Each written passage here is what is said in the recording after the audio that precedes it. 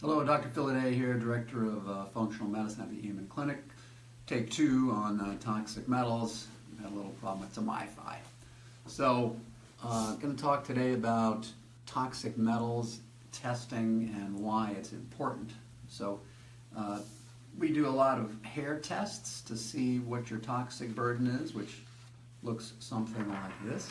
So, what we see here are toxic metals like lead, cadmium, and mercury.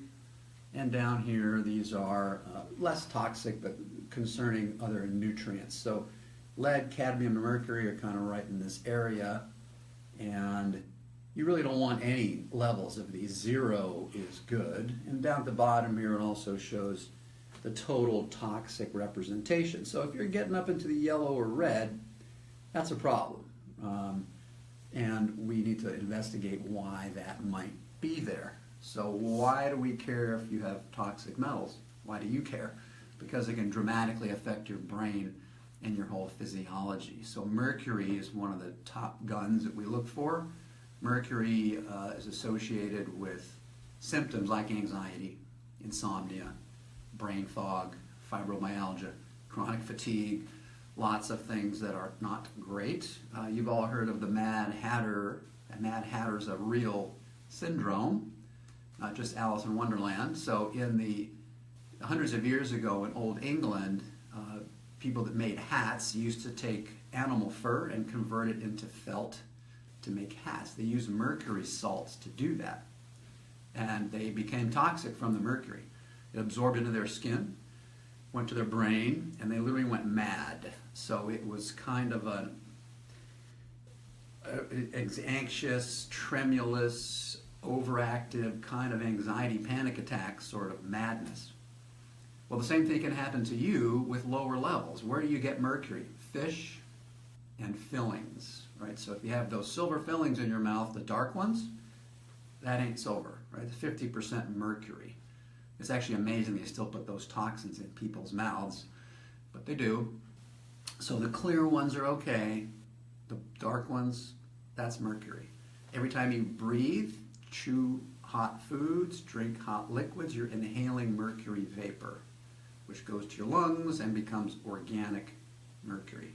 So, not good. The other place is fish. So if you like tuna, you might want to cut down a bit. Even the FDA, which is very conservative, has come out and said if you want to get pregnant, don't eat more than 1 piece of fish a week because of the mercury content.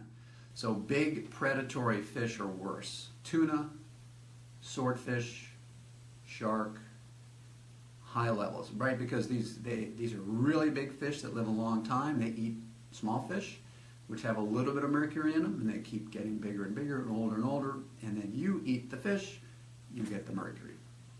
So lead is also prevalent. It's actually in places you don't think of. A lot of products from China are contaminated with lead and other metals. It's in some paints.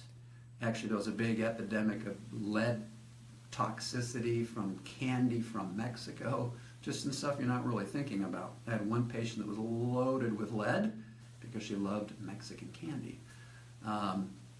And she had a lot of problems with lowered brain function. So lead is known to lower IQ, reduce your thought process, cognitive function, memory, and it can increase anger, right? So a lot of these inner city kids that are poisoned from lead, eating those paint chips off the wall, had a lot of behavior problems.